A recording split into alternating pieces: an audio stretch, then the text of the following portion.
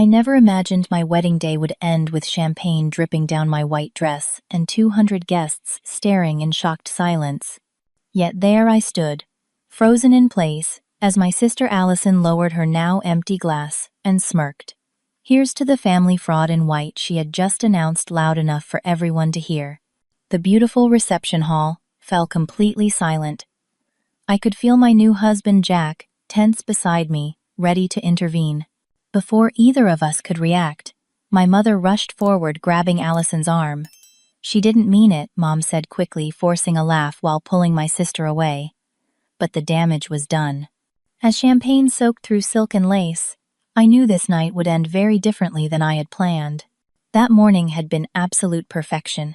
I woke up in the bridal suite of the Lakeside Hotel, feeling like the luckiest woman alive.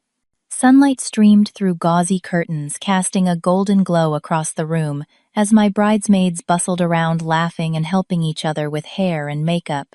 Everyone except Allison, who was nowhere to be seen.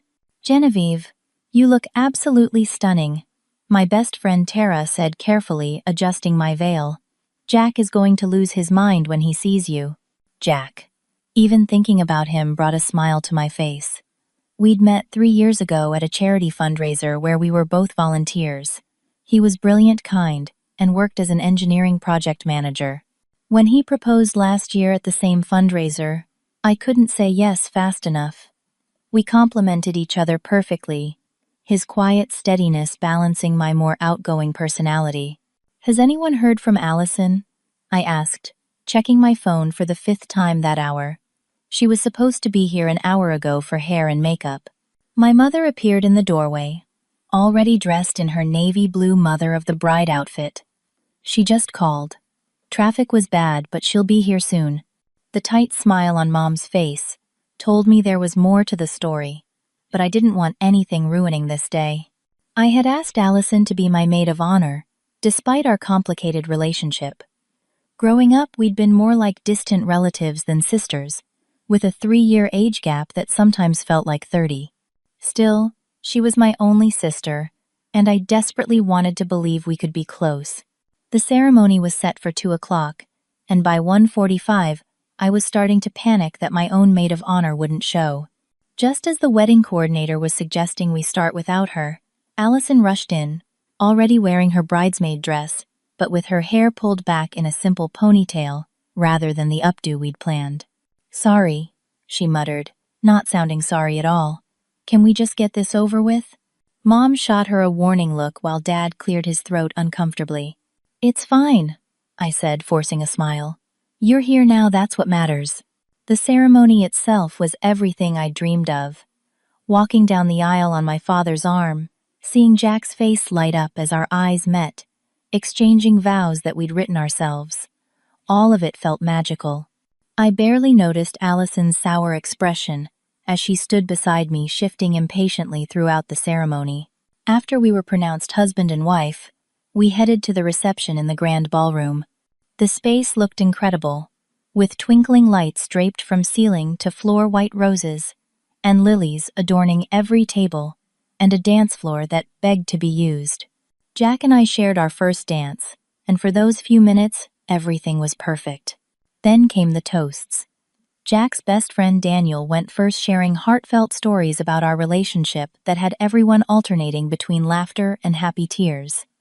Next came Allison. As maid of honor, she was expected to say a few words, though she'd been oddly silent about her plans when I'd asked earlier. I should have known something was wrong when she grabbed a full glass of champagne instead of the half-filled one prepared for toasts. She tapped on her glass, silencing the room, and started speaking. "Well, I guess it's my turn," she began, her voice slightly slurred. Had she been drinking already? "What can I say about my sister Genevieve?" She paused, looking around the room with an expression I couldn't quite read. Jack squeezed my hand reassuringly under the table. "Genevieve has always been surprising," she continued. "Always pushing, always trying to prove herself, always trying to be something she's not." An uncomfortable murmur went through the guests.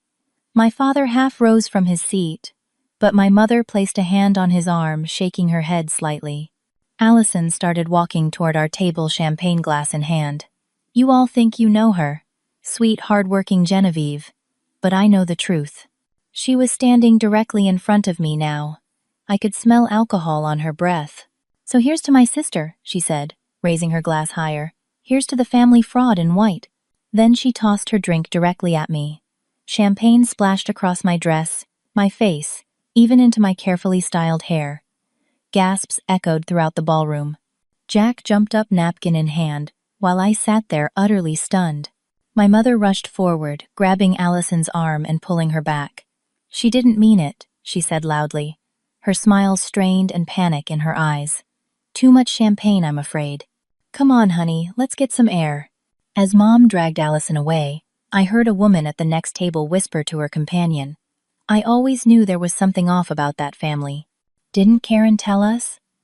Allison's been saying Genevieve isn't really college material, that she doesn't deserve her success. The words hit me like a physical blow. So that's what this was about. All these years and Allison was still spreading the same old lies about me. Jack helped me to my feet, dabbing at my dress with his napkin. Are you okay? Do you want to leave? I looked around at our guests. Jack's family looking confused and concerned. My extended family embarrassed our friends, unsure what to do. This was supposed to be the happiest day of my life. I refused to let Allison ruin it completely. No, I said, straightening my shoulders. This is our wedding. I'm not going anywhere. But as the reception continued with guests trying too hard to pretend nothing had happened, I knew something had fundamentally changed. And for the first time in my life, I wasn't going to just smile and let it go. To understand why my sister's words cut so deeply, you need to know our history. Growing up in our middle-class home in Woodbury, Minnesota, Allison and I couldn't have been more different. From the beginning, Allison was labeled the smart one. She walked early, talked early, and seemed to grasp concepts without effort. By contrast, I struggled. Reading didn't come naturally to me, and math was a constant battle. Our parents, particularly Mom, made no secret of their pride in Allison's natural abilities. Allison got another A+ on her science test. Mom would announce at dinner while my C+ papers were met with tight smiles and suggestions to try harder next time. Our childhood home was filled with trophies and certificates, almost all bearing Allison's name. She was the golden child, the one destined for greatness while I was, well, the other daughter.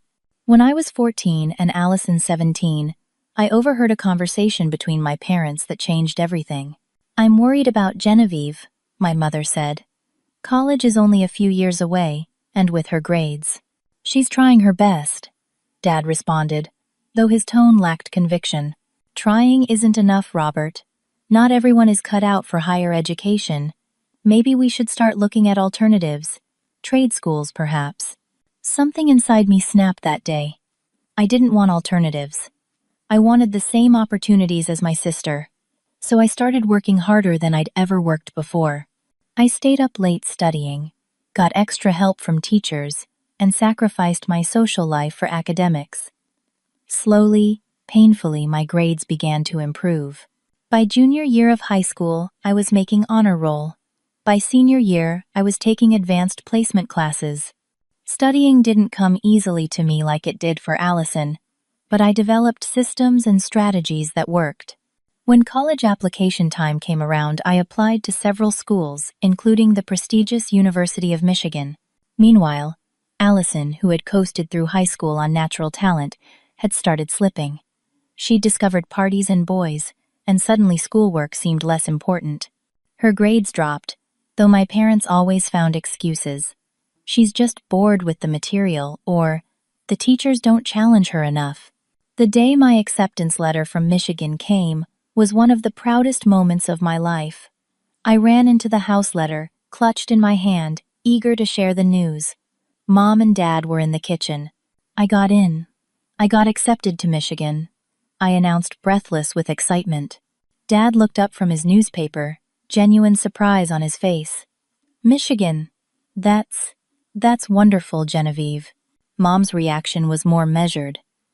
Well, that's nice, dear, but it's very expensive. We'll need to talk about whether it makes financial sense. That conversation never happened for Allison when she got accepted to colleges. For her, it was always assumed they would find a way to make it work. A few weeks later, when Allison barely scraped an acceptance to Minnesota State, there was no talk of financial sense. Instead, my parents immediately started discussing dorm options and campus visits. It was around this time that they set up the shared bank account. For both your educations, Dad explained, we'll deposit money each month, and you can withdraw what you need for tuition and books. The account had both our names on it, though. Mom would oversee it until we were responsible enough to manage it ourselves. The summer before college, I worked 2 jobs to save additional money, knowing Michigan would be more expensive than Minnesota State. Allison spent the summer going to parties and shopping, assuring our parents she'd get a campus job eventually. I left for Michigan with a mixture of pride and trepidation. For once in my life, I had accomplished something Allison hadn't. I was attending a more prestigious school with a clearer path to success. But I also felt guilty for feeling proud. Wasn't I supposed to be happy for my sister regardless of where we each ended up? Throughout college, I continued working part-time jobs while maintaining a high GPA. Meanwhile, Allison changed majors 3 times and was on academic probation more than once. Still, whenever I came home for holidays, the conversation inevitably centered around Allison's potential and how she just needed to find her passion. It wasn't until my 3rd year of college that I discovered the extent of the deception. I had borrowed Mom's phone to call Dad when they picked me up from the airport for Thanksgiving break. After making the call, I noticed a text notification pop up from Allison. Thanks for the extra cash. Don't tell the pretender. Curious and concerned, I did something I'm not proud of. I scrolled up through their message history. What I found shattered any illusions I still had about my place in the family. Jen is acting so proud of her 3.8 gigapascals. One message from my mother read, if only she knew how much easier Michigan grades compared to real schools. The pretender strikes again, Allison had replied.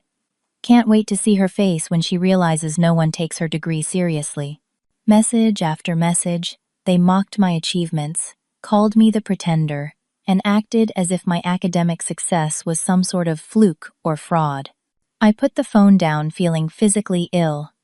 All these years of working twice as hard of proving myself, and they still saw me as the family disappointment. Worse, they actively undermined me behind my back. I didn't confront them then. Instead, I plastered on a smile and got through the holiday.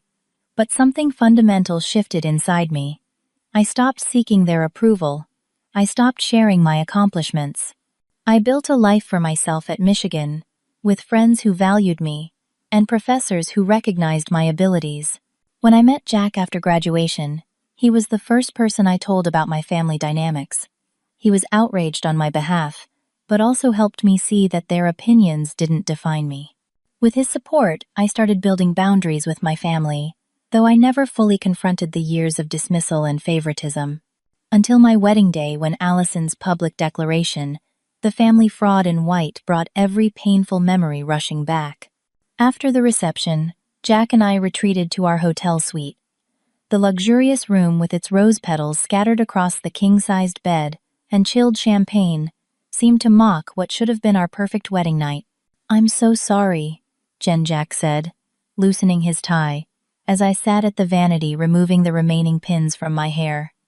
Do you want to talk about what happened? I caught his reflection in the mirror. His face showed such genuine concern that tears sprang to my eyes. She called me a fraud in front of everyone we know. I said, my voice barely above a whisper, and my mother's first instinct was to protect her, not me. On my wedding day, Jack came to stand behind me, placing his hands gently on my shoulders. Your sister was completely out of line, and honestly, I'm having a hard time understanding your parents' reaction. They should have shut that down immediately. I nodded, reaching up to squeeze one of his hands. That's just how it's always been. Allison first, me second. Or not at all. You know that's not right, don't you? Jack's voice was gentle but firm. You deserve better from your family. I turned to face him, suddenly feeling exhausted. I know. I've always known, I guess. I just kept hoping things would change. Jack sat on the edge of the bed. What do you think triggered Allison tonight? Was it just general jealousy? Or was there something specific? I sighed, finally slipping out of my champagne-stained wedding dress and hanging it carefully over a chair. I'm not sure, but I overheard someone say, Allison's been telling people I'm not college material, that I don't deserve my success. That's ridiculous, Jack said. You worked incredibly hard for everything you've achieved. You're one of the most dedicated people I know. Thank you. I smiled weakly, pulling on my silk pajamas. But for Allison, it's always been about natural talent. The fact that I had to work for my success somehow makes it less valid in her eyes. And my parents seem to agree. I paused, a thought suddenly occurring to me. I wonder if it has something to do with money. Allison's been struggling at state and tuition is due soon for her final semester. The shared account, Jack asked, referencing the joint bank account my parents had set up years ago. I nodded, reaching for my laptop. I haven't checked it in a while. I've been using my own savings for everything since sophomore year. Logging into the online banking portal, I entered the account information. As the balance loaded, my jaw dropped. Jack, look at this. I turned the screen toward him. The account should have over $20,000 in it. My parents deposit $500 every month and I haven't touched it in years. But there's only $2,200 left. Jack frowned, scanning the transaction history with me. Nordstrom, Sephora, Southwest Airlines. These don't look like educational expenses. I scrolled back further, a sinking feeling in my stomach. She's been using it as her personal shopping account. Look, $3,000 for a spring break trip to Cancun last year. $1,200 for a shopping spree at the Mall of America. Could your parents not know? Jack asked, though his tone suggested he doubted it. They have online access too. I clicked through to another screen. And look, there are transfers directly from my mom to Allison's personal account separate from this one. Thousands of dollars over the past few years. Money that was supposed to be for both of you. I nodded, feeling a strange sense of calm settling over me.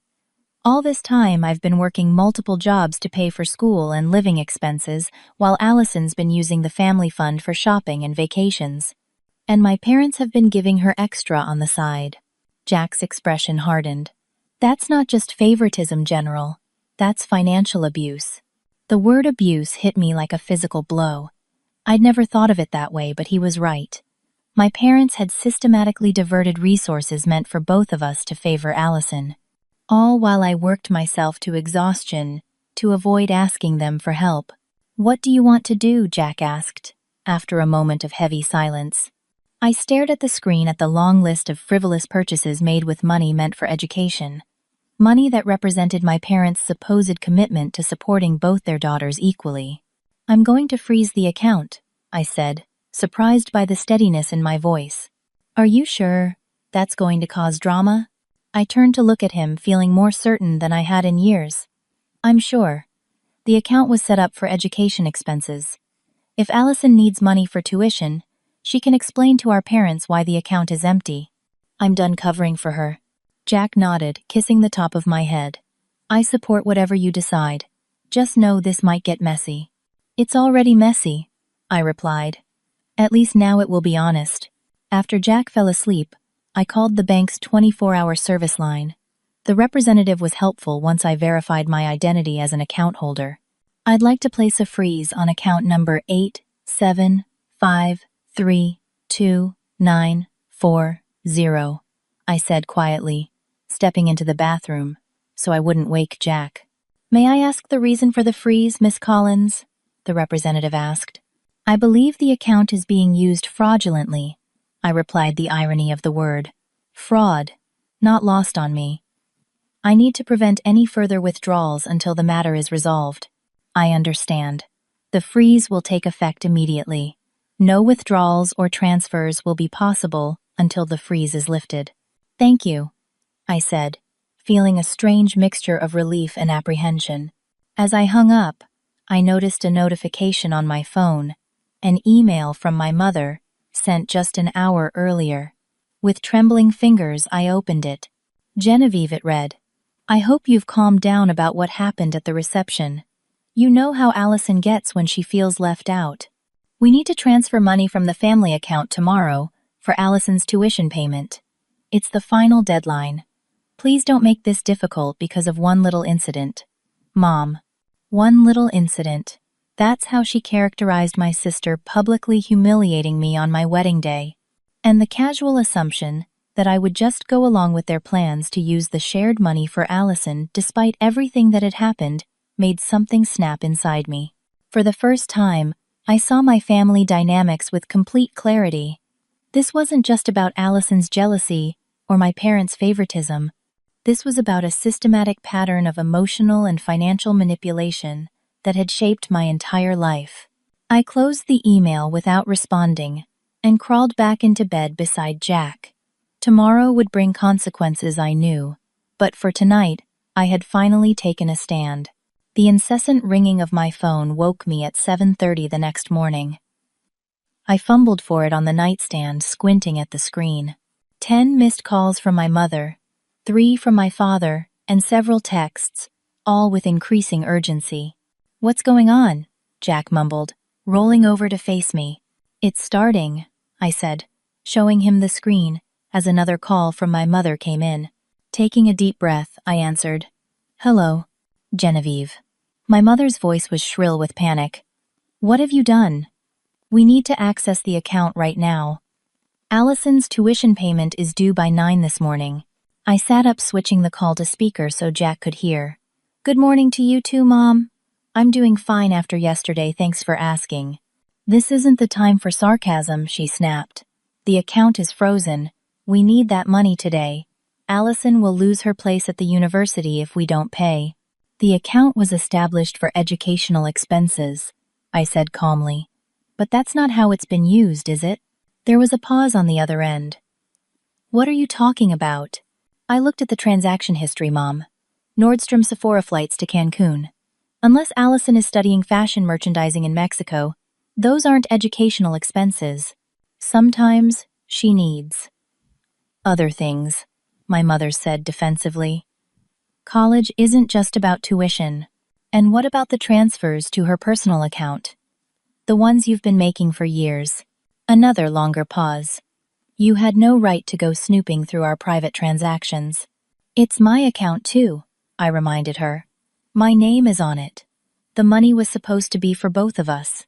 "Well, you've always been so independent," she said, her tone shifting to the guilt-inducing one I knew well. "Always insisting on doing things your way, working those jobs instead of focusing on your studies." Allison needed the support more. Jack shook his head in disbelief beside me. "I worked those jobs because I had to," I said. "Because the money that should have been helping me was going to Allison's shopping sprees." "That's not fair, Genevieve. You're being dramatic. Now please unfreeze the account. We need to make this payment today." I took a deep breath. "How much is the payment?" $4,600, she replied quickly. "The semester rate plus her housing deposit." I did a quick mental calculation. "The account only has $2,200 in it, Mom. Even if I unfroze it right now, you wouldn't have enough." Silence. "Then what? That can't be right. There should be much more. Look at the transaction history. Allison's been treating it like her personal spending account. The last withdrawal was 2 days before my wedding, $500 at Saks Fifth Avenue. Was that for textbooks?" I didn't know," my mother said, her voice smaller now. "She told me she needed it for school supplies. A $500 pen, maybe." I couldn't keep the bitterness from my voice. "This has been going on for years, Mom. You never questioned it because you didn't want to." Jack placed a supportive hand on my shoulder as my mother sputtered excuses on the other end of the line. "We'll figure something out," she finally said. "Your father and I can cover the difference. Just unfreeze the account, please." I closed my eyes, thinking of all the times I'd given and all the times I'd put Allison's needs before my own because that was what was expected in our family. "No," I said finally. "I'm not unfreezing it. That money was meant for education, and that's how it should be used. If Allison needs tuition money, she can get a job like I did. You can't be serious." My mother's voice rose again. "There's no time for that. The payment is due today. That's not my problem, I replied, surprised by my own firmness. Maybe she should have thought about that before spending the money on clothes and vacations. I can't believe you're being so selfish, my mother hissed. After everything we've done for you. What exactly have you done for me, Mom? Besides consistently prioritize Allison and undermine my achievements. That is not true. We've always supported both of you equally. I laughed, a short, harsh sound that surprised even me. The bank statements say otherwise. And so does Allison's little performance at my wedding. The family fraud. Remember, I know what you both really think of me. There was a telling silence on the other end. You've seen the texts, haven't you, my mother? Finally said her voice much quieter. Yes. The pretender. That's what you call me behind my back. Because I had to work for what came naturally to Allison. Those were private conversations, she said weakly. We didn't mean... Don't, I interrupted. Don't tell me you didn't mean it. You both made your feelings perfectly clear. Now you'll have to figure out Allison's tuition, without my help. I hung up before she could respond, my hands shaking slightly. Jack pulled me into a hug. You okay? I nodded against his chest. I think so. It actually felt good to finally say all that. You were amazing, he said, kissing the top of my head. And completely right. My phone buzzed with a text. From my father this time. Your mother is very upset. Please call back. We need to discuss this rationally. I showed Jack the message. Rationally.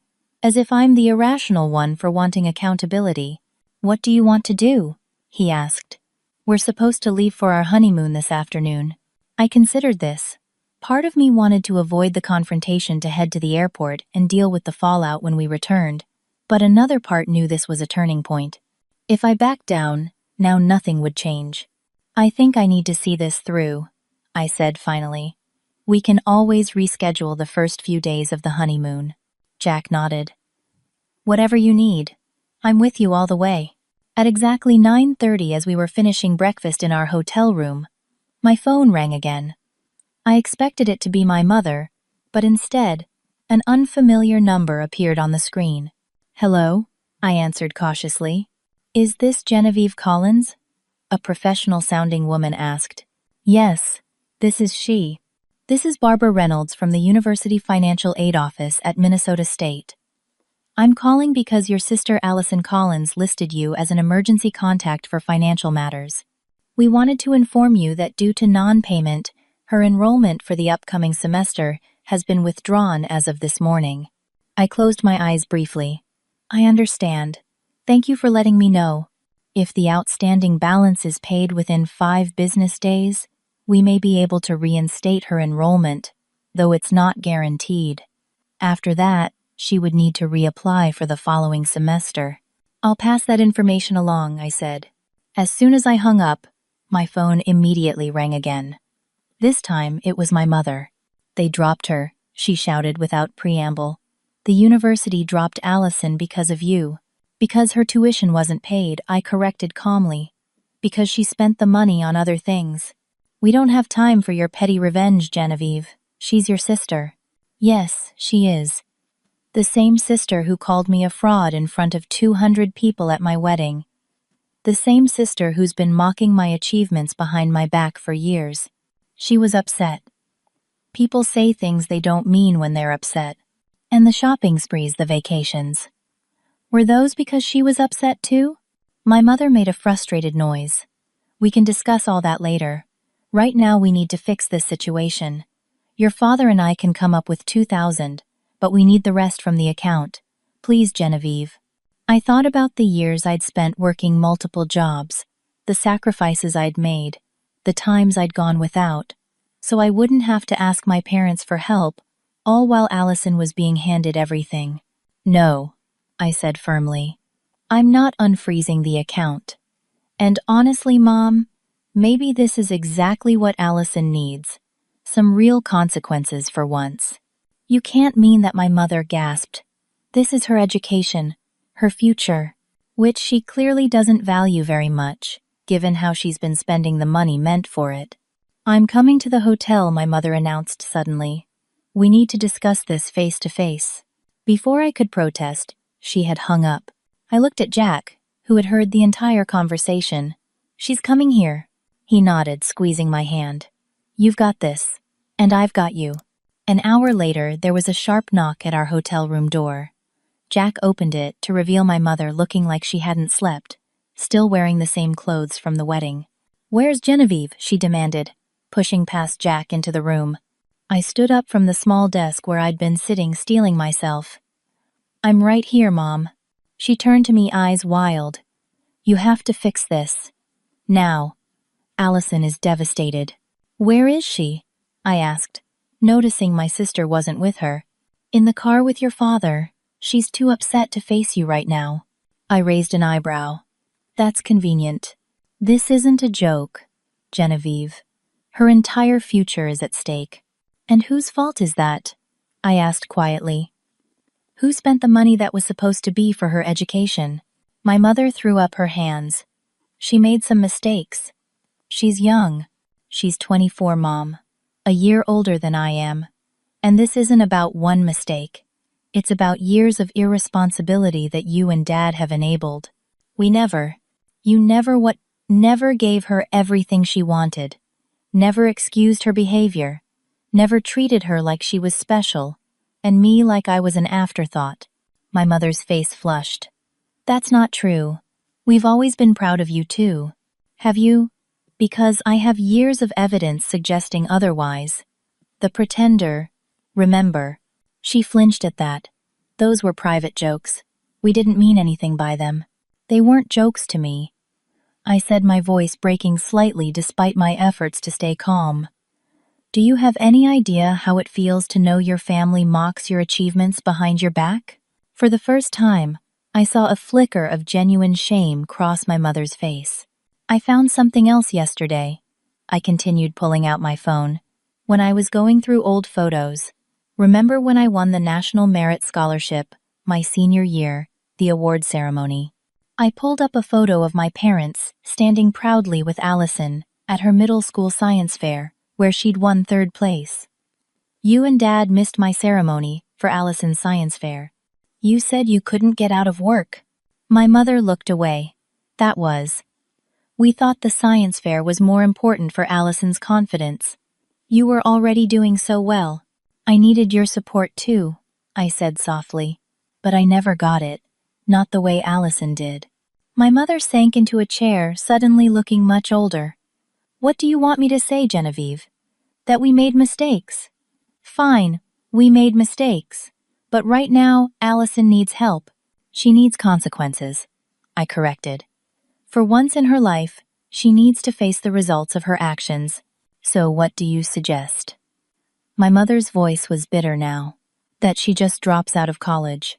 Throws away years of education. I suggest she gets a job, saves money, and returns when she can pay for it herself. That's what responsible adults do. My mother stared at me as if seeing me for the first time. When did you get so cold? I laughed without humor. I'm not cold, Mom. I'm finally setting boundaries. There's a difference. Boundaries. She said the word like it was foreign. This isn't about boundaries. This is about family, helping family. Where was that sentiment when I was working?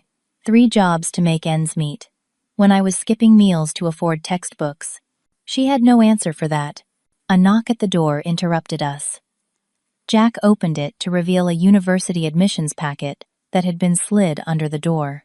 I picked it up confused, until I saw what it was, my academic awards and honors from Michigan, including a department recognition I'd received at graduation. Awards my parents had never seen because they'd attended Allison's final recital instead. What's that? My mother asked. I handed her the packet. Evidence that the pretender actually earned her success. I found these in the back of my closet at home last time I visited. Did you hide them? Or did Allison? My mother's face went pale as she flipped through the certificates and letters of recognition. I don't know what you're talking about. We never hid anything. Then why were they stuffed in a box behind my old winter clothes? Why didn't I ever receive them? She had no answer, just stared at the papers with a stricken expression. I think you should leave, I said quietly. Tell Allison that the account stays frozen. She can figure out her tuition like I figured out mine by working for it. My mother stood still, clutching the packet. This isn't over, Genevieve. You're right, I agreed. It's just beginning. I barely had time to process my conversation with my mother before another knock came at our hotel room door. This time when Jack opened it, my father stood there looking uncomfortable in the same suit he'd worn to the wedding. Can I come in? He asked, his voice quiet. Jack looked at me and I nodded. My father entered, followed by Allison, whose red-rimmed eyes suggested she'd been crying. Her makeup was smeared, and she looked nothing like the confident woman who had tossed champagne at me just hours earlier. We need to talk, my father said, standing awkwardly in the center of the room, while Allison slumped into an armchair without looking at me. As a family. Where's Mom? I asked, noticing her absence.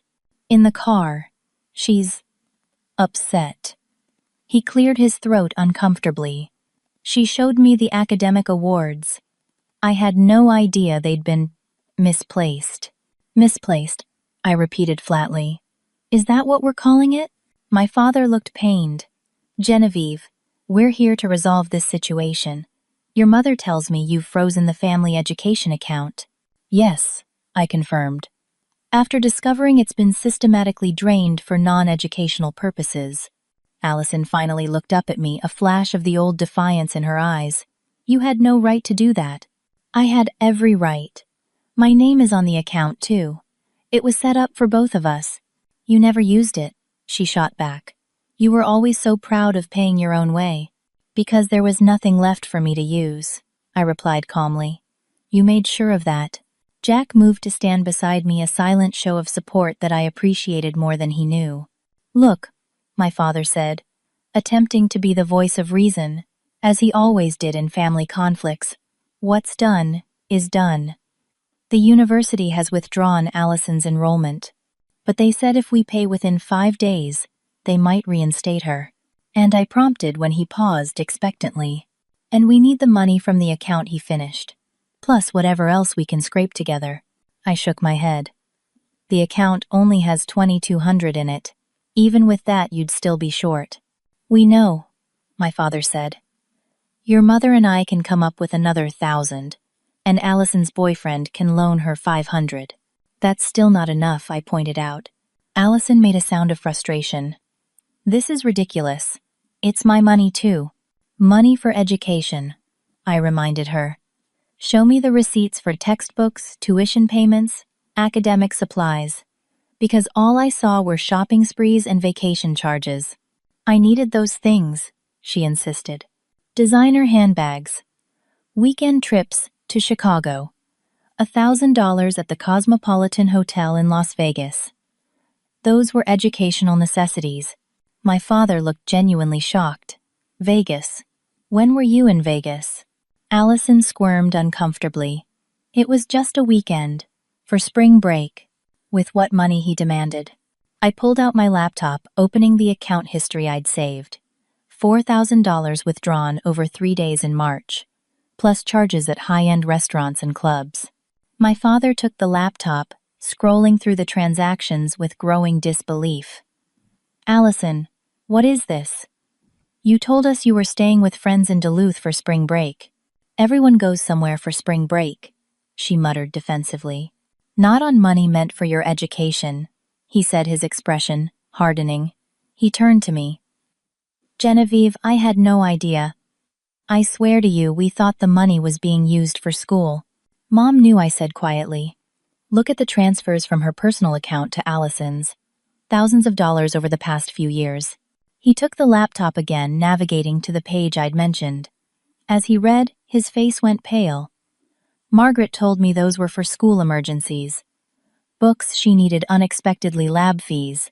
$400 to Sephora was a lab fee, I asked skeptically. My father looked stunned, then angry. He turned to Allison. Is this true? You've been lying to us about how you're spending the money. Allison's expression crumpled. I needed those things. You don't understand the pressure I'm under. Pressure? I repeated incredulously. What pressure? You've been handed everything your entire life. Easy for you to say, she snapped. Perfect, Genevieve, who works so hard and makes everyone look bad. Do you have any idea what it's like living in your shadow? You were supposed to be the screw-up, not me. The room fell silent at her outburst. Even Allison looked shocked at what she'd just admitted. What did you just say? Jack asked, his voice dangerously quiet. Allison looked away. Nothing. Forget it. No, I said, stepping closer to her. Say it again. I was supposed to be the screw-up. She met my gaze, then years of resentment in her eyes. Yes, you were the one who struggled in school. You were the one who wasn't naturally gifted. It was always supposed to be me, who succeeded me, who made the family proud. Then, you had to go and ruin everything by working so damn hard. I stared at her, speechless. All these years I'd thought Allison resented me for not being good enough, for embarrassing her with my struggles. The truth was the opposite. She resented me for overcoming those struggles. Is that why you called me a fraud at my wedding? I asked softly. Because I worked for my success instead of having it handed to me. She looked away again. You don't understand. Everyone expected me to be the successful one. The pressure was killing me. I needed escapes, shopping sprees and vacations, I translated. Yes. And when Mom found out, she understood. She always understood. My father, who had been silent during this exchange, finally spoke. Your mother knew about all this. The trips, the shopping. Allison nodded reluctantly. She said I deserved nice things to compensate for all the pressure. He ran a hand over his face, looking suddenly exhausted. And the academic awards of Genevieve's, did you know about those too? A flash of guilt crossed Allison's face. Mom thought it would be better if they were put away. She said they'd just make me feel bad about my own grades. I felt like I'd been punched in the stomach. My own mother had deliberately hidden evidence of my achievements to protect Allison's feelings. And the texts I asked, calling me the pretender. Allison at least had the grace to look ashamed. That was how we were just blowing off steam by mocking me behind my back. For years, I fought to keep my voice steady. You weren't supposed to see those, she muttered. Clearly, I replied. Jack, who had been watching the exchange with growing anger, finally spoke up. Let me get this straight. You've been systematically stealing money meant for education, lying to your parents about it, mocking your sister behind her back, and then had the audacity to humiliate her at our wedding. And now you want her to bail you out. Put that way, even Allison seemed to recognize the absurdity of the situation. She slumped further into her chair. I think I said carefully that we need to establish some truths here. First, I earned every academic achievement I received through hard work rather than natural talent. Second, the money in that account was meant for education, not lifestyle expenses.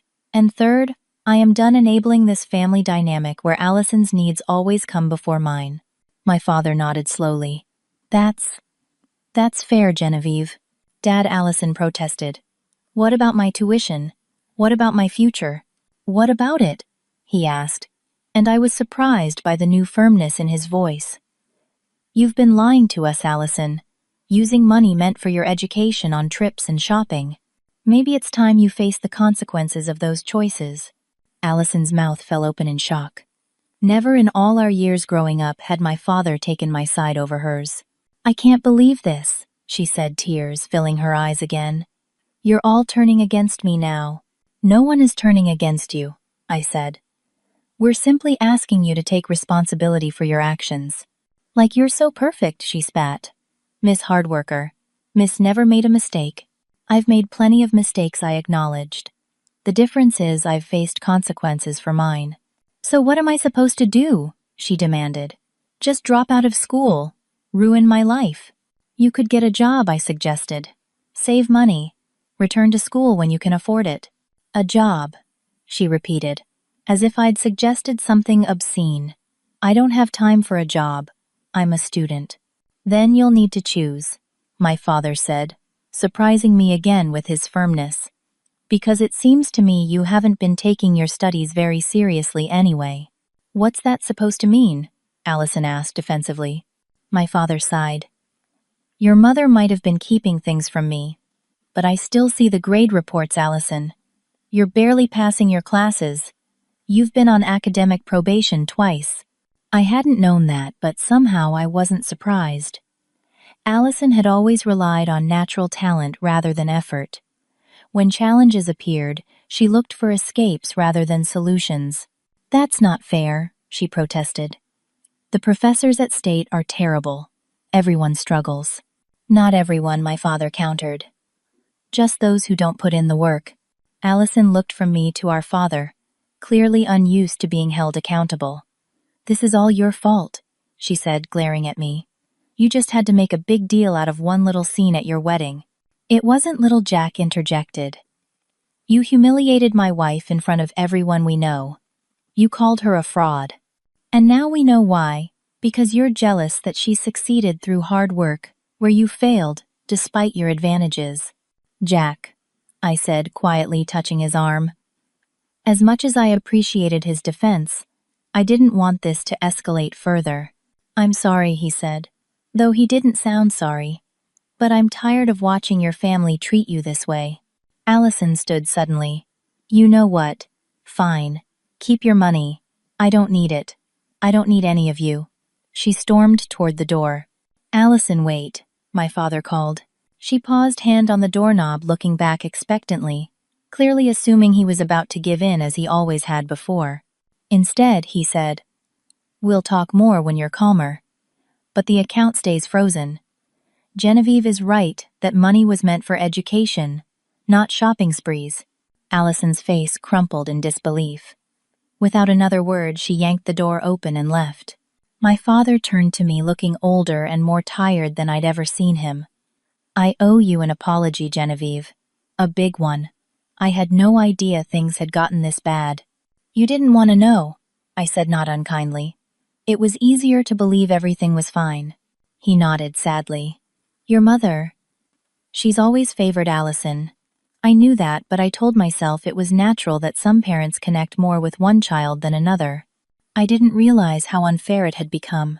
It's been unfair my entire life, Dad. I know that now, he said. And I'm sorry I didn't see it sooner. Jack placed a supportive hand on my shoulder. What happens now? He asked. My father sighed. I honestly don't know. Your mother is struggling with all this. And Allison clearly needs a reality check. And our honeymoon? Jack asked. We're supposed to leave this afternoon. Go, my father said immediately. You should go. This is our mess to sort out, not yours. You've already given up your first night because of family drama. I hesitated, torn between wanting to escape and feeling I should stay to see this through. He's right, Jack said softly. We deserve our honeymoon. Your family needs to work this out themselves. Before I could respond, my father pulled out his phone. There's something else you should know, he said. Something I just found out this morning. He brought up what looked like a video and pressed play. It was the wedding reception filmed from someone's phone. I could see myself and Jack at the head table, then Allison approaching with her champagne glass. The entire scene played out exactly as I remembered it, including my mother rushing forward with her. She didn't mean it, excuse. Where did you get this? I asked. Jack's cousin sent it to me, my father replied. She thought I should see what really happened in case your mother tried to downplay it. He forwarded the video to both Jack and me. Just in case you need it. Evidence of what really happened. I stared at my father, seeing a strength I hadn't realized he possessed. Thank you, I said simply. He nodded. Go on your honeymoon. Enjoy your time with your husband. When you get back, we'll figure things out. As he left, I turned to Jack. Should we really go? He pulled me into his arms. Yes. You've said what needed to be said. You've stood up for yourself. Now let's go celebrate our marriage away from all this drama. Looking up at his kind, steady face, I found myself nodding. Okay, let's go. But even as we packed our bags for Hawaii, I knew that nothing would be the same when we returned. We cut our honeymoon short by 3 days. When my father called to tell me, my mother had been hospitalized for what they initially thought was a heart attack, but turned out to be severe anxiety. "She's asking for you," he said, his voice tired and strained. "I know it's a lot to ask, but could you come home?" Jack and I were on the first flight back to Minnesota. Despite everything, they were still my family. And for better or worse, I needed to see this through. We went straight from the airport to the hospital where my father waited in the hallway outside my mother's room. "How is she?" I asked, setting down my carry-on. "Physically, she's fine," he said. "The doctors say it was a panic attack that mimicked cardiac symptoms. They're keeping her overnight for observation, but she'll be released tomorrow." "And emotionally?" Jack asked. My father sighed. "Not good. The university officially dropped Allison from all her classes. She's been staying with a friend, refusing to talk to either of us. Your mother, she's taking it hard. Has she admitted her role in all this?" I asked. "Partially," he replied. "She acknowledges giving Allison extra money, but claims she didn't know about the Vegas trips or the extent of the shopping. I'm not sure I believe her completely, but..." He trailed off, looking torn. "But she's your wife," I finished for him. "I understand. She wants to talk to you," he said. "Alone." I looked at Jack, who squeezed my hand reassuringly. "I'll be right out here if you need me," he said. Taking a deep breath, I entered the hospital room. My mother looked small against the white sheets, her face pale and drawn. A heart monitor beeped steadily beside her. "Genevieve," she said, her voice weaker than I'd ever heard it. "You came." "Of course I came," I replied, taking a seat beside the bed. "You're my mother." She reached for my hand, and after a moment's hesitation, I let her take it. "I'm so sorry," she whispered, "for everything." I waited, not making it easier for her. She needed to say it all. "I did hide your awards," she continued after a moment. "And I did transfer extra money to Allison. I told myself it was because she needed more help than you did. That you were so independent, so capable." She closed her eyes briefly. "But the truth is, I was wrong. I favored her, and I hurt you. Deeply." The admission stunned me. I had never expected my mother to acknowledge the truth so plainly. "Why?" I asked the question that had haunted me for years. Why was it always Allison first, me second? She was quiet for so long I thought she might not answer. "She reminded me of myself," she finally said. "The natural talent, the ease with which things came to her. I was like that too once.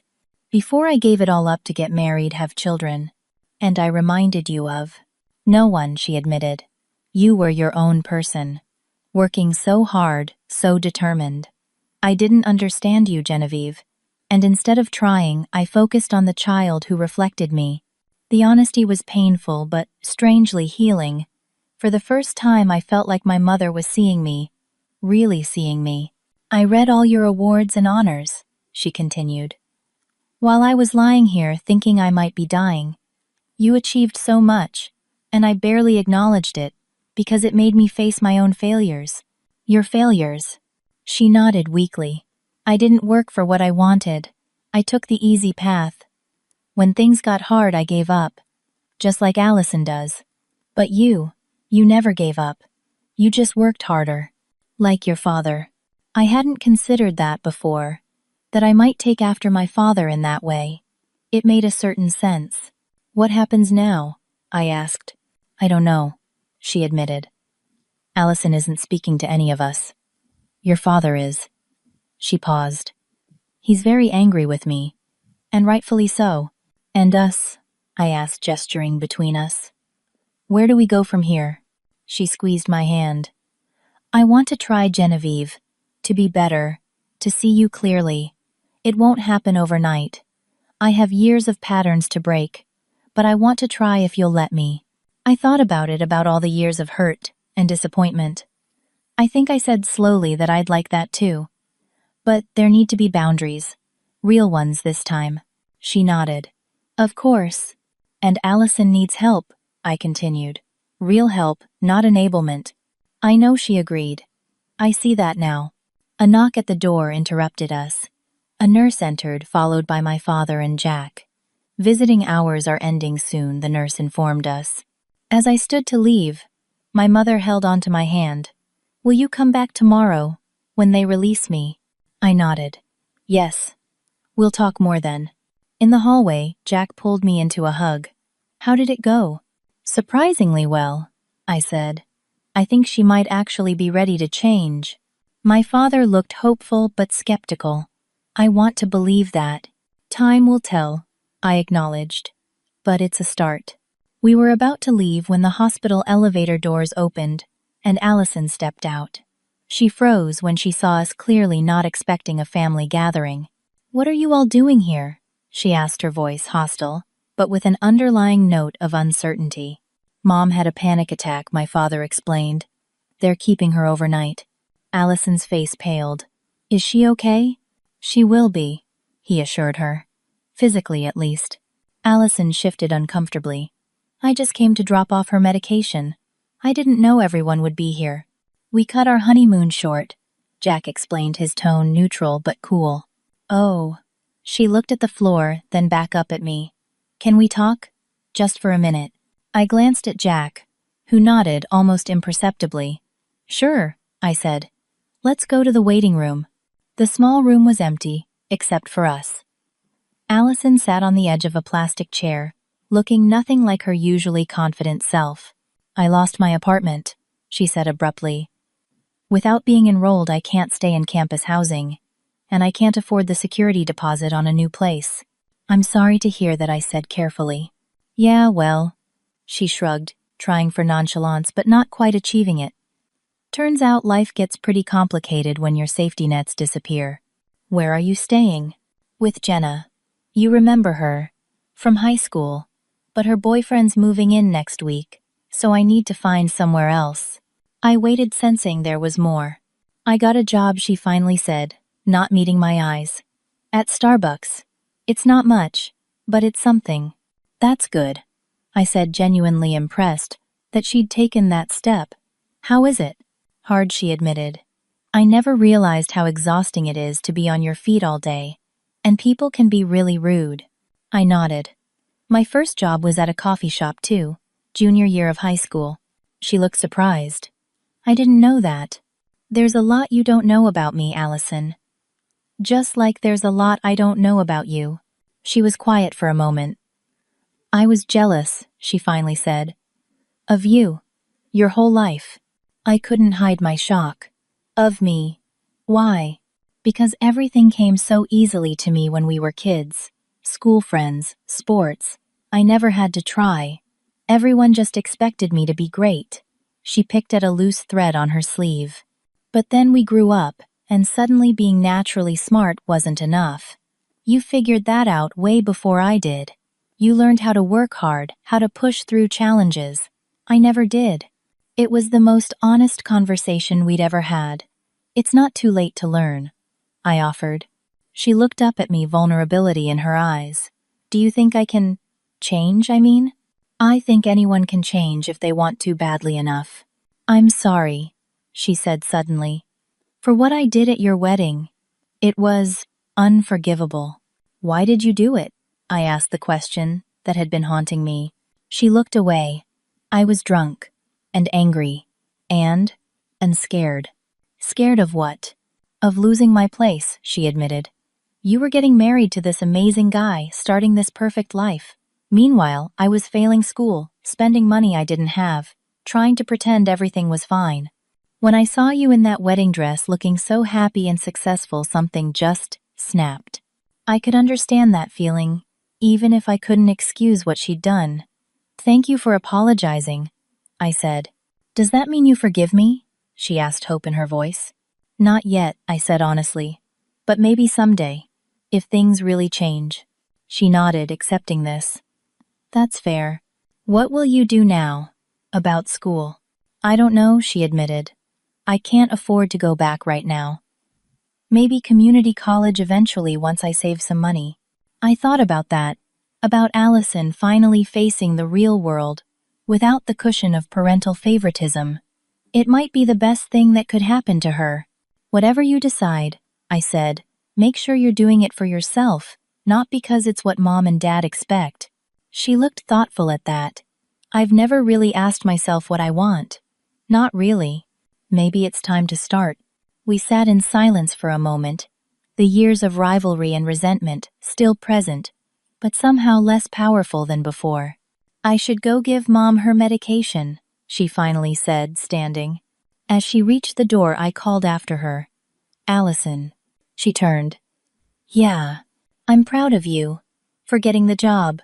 A small, genuine smile, perhaps the first real one I'd seen from her in years. Thanks. That means a lot. After she left, I sat alone for a few minutes processing everything. When I finally returned to Jack, and my father Jack immediately pulled me aside. You won't believe this, he said, showing me his phone. It's been recording this whole time. The entire conversation with Allison. I stared at the screen. You recorded it. He looked sheepish. Not intentionally. I started recording at the hospital entrance because I wanted to remember which floor your mom was on. I never stopped it. It picked up everything. Everything I echoed. He nodded. Her admission that she was jealous. The apology. All of it. I wasn't sure how I felt about having tangible evidence of what might have been a turning point in my relationship with my sister. On one hand, it felt like a violation of a private moment. On the other, given our family's history of rewriting events, having a record of what was actually said might be valuable. Save it, I finally decided, just in case. But let's hope we never need it. As we left the hospital, my father pulled me aside. I want you to know I'm going to do better too. For too long, I took the path of least resistance. I let your mother's favoritism continue, because it was easier than confronting it. That wasn't fair to you.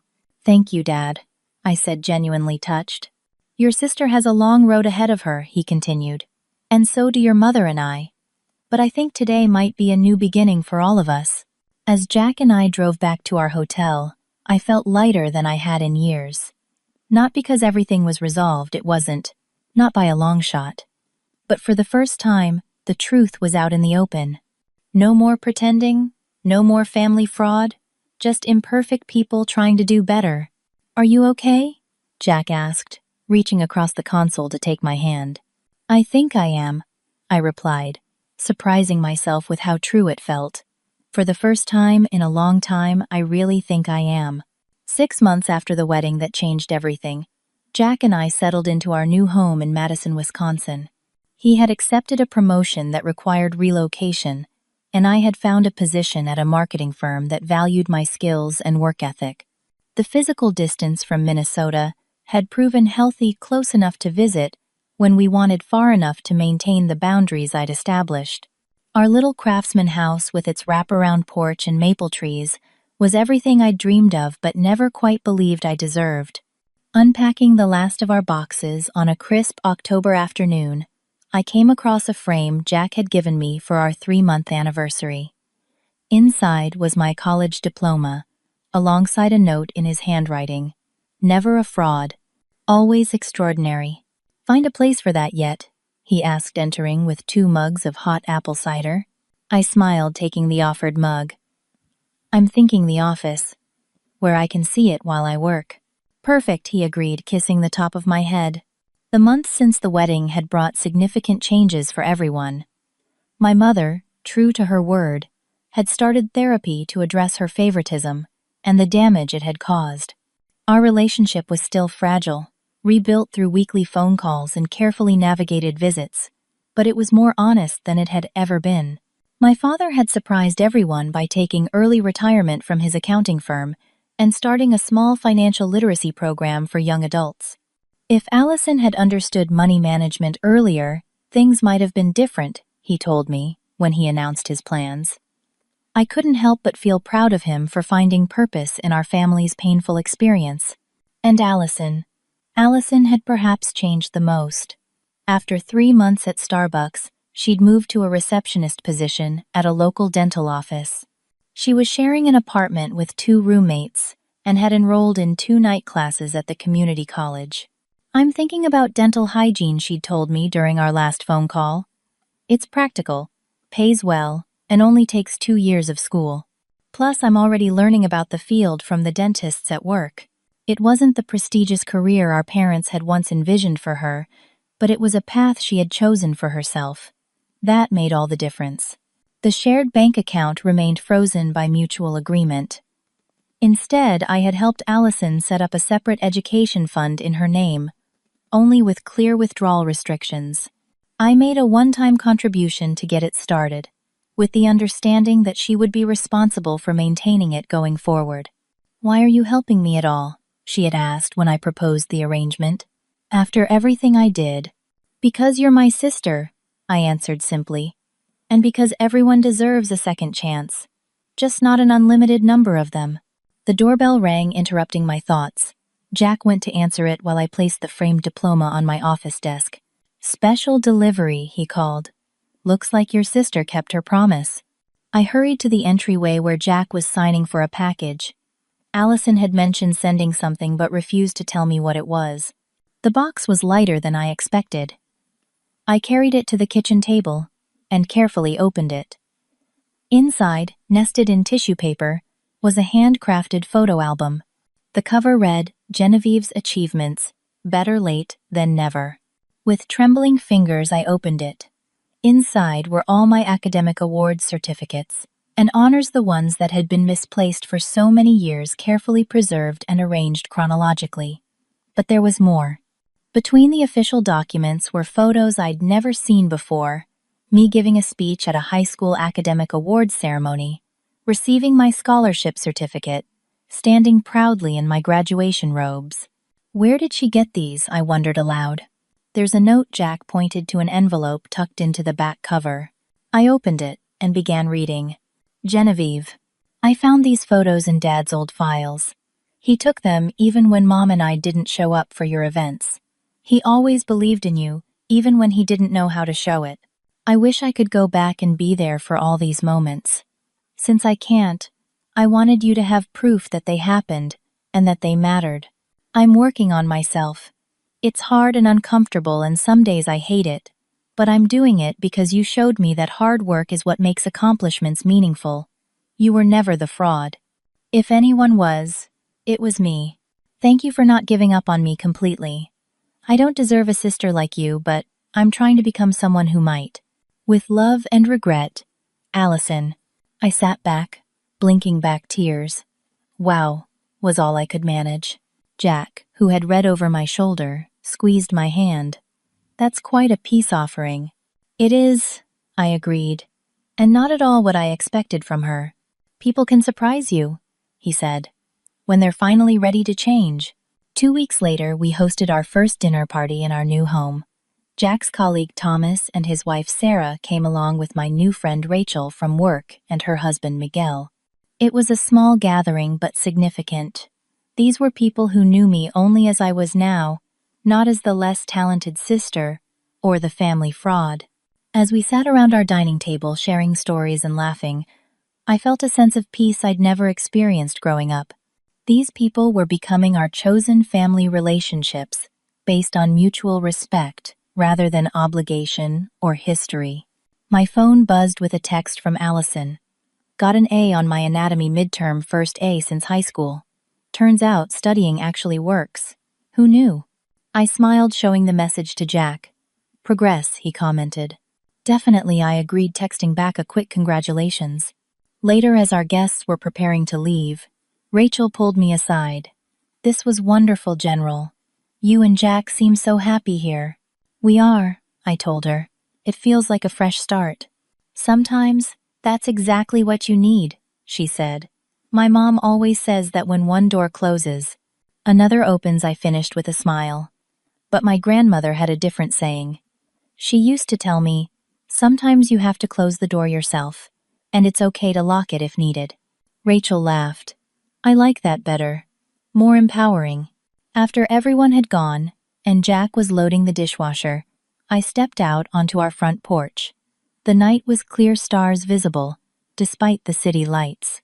I thought about how far I'd come from the insecure girl, desperate for family approval, to the woman who had finally learned to approve of herself. The journey hadn't been easy. Standing up to years of family dynamics had been terrifying. Freezing that bank account had felt like jumping off a cliff. But sometimes the hardest decisions lead to the most necessary growth. I thought about all the women who might be standing where I once stood, afraid to set boundaries, afraid to demand respect, afraid to acknowledge their own worth. If I could tell them one thing, it would be this: your value doesn't decrease based on someone's inability to see your worth. And sometimes the family you choose can heal the wounds left by the family you were born into. Jack joined me on the porch, wrapping a blanket around both our shoulders. Penny, for your thoughts. I was just thinking about how much has changed, I said, leaning into him. A year ago, I was still trying to please everyone, still hoping my family would eventually see me clearly. And now I know that I don't need their validation to know my own worth. And ironically, once I stopped seeking their approval, that's when things started to change. He nodded thoughtfully. You know what the best part is? You didn't just stand up for yourself. You actually helped everyone else grow too. Your parents are addressing their issues. Allison's finally taking responsibility for her life. You broke a cycle. We broke it. I corrected him. I couldn't have done it without you believing in me. As we stood there under the stars, I realized that the greatest lesson in all of this wasn't about family betrayal or even standing up for myself.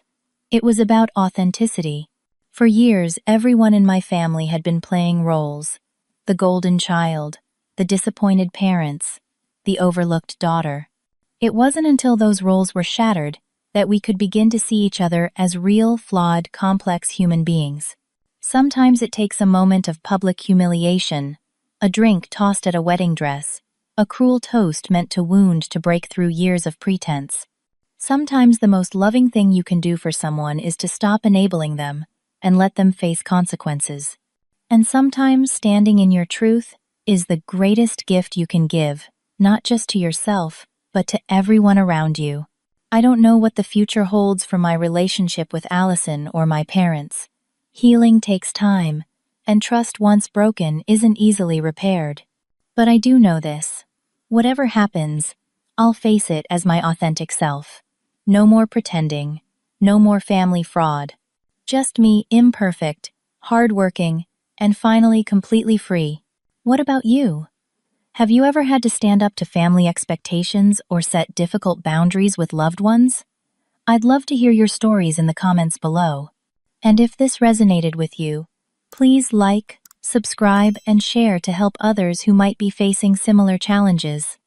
Thank you so much for listening, and remember, your worth is never determined by someone else's perception. Take care until next time.